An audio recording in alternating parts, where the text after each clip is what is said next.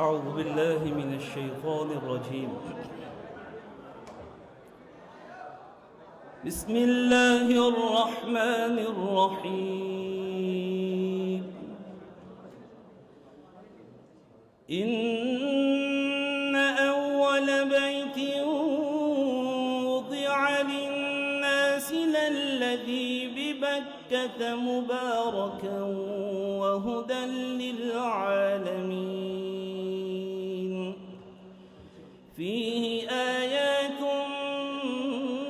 بينات مقام إبراهيم ومن دخله كان آمنا ولله على الناس حج البيت من استطاع إليه سبيلا ومن كفر فإن الله غني عن العالمين.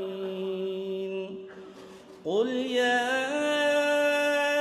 أهل الكتاب لم تكفرون بآيات الله والله شهيد على ما تعملون.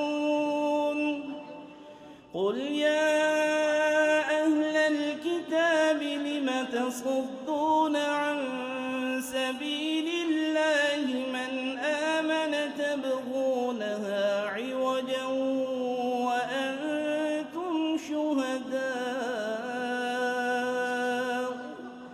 وما الله بغافل عما تعملون. يا أيها الذين آمنوا إن تطيعوا فريقا من الذين أوتوا الكتاب يردوكم بعد إيمانكم كافرين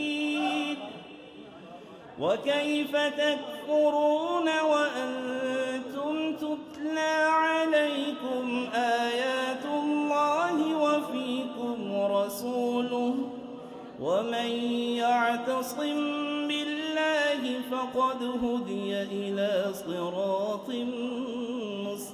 مستقيم. يا أيها الذين آمنوا اتقوا الله حق تقاته ولا تموتن إلا وأنتم مسلمون واعتصموا بحبل الله جميعا ولا تفرقوا واذكروا نعمة الله عليكم إذ كنتم أعداء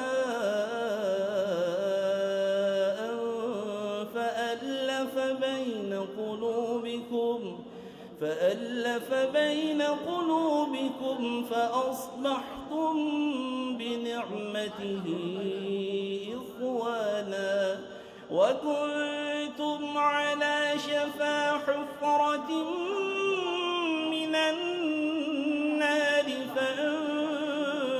فأنقذكم منها كذلك يبين الله لكم آياته لعلكم تهتدون.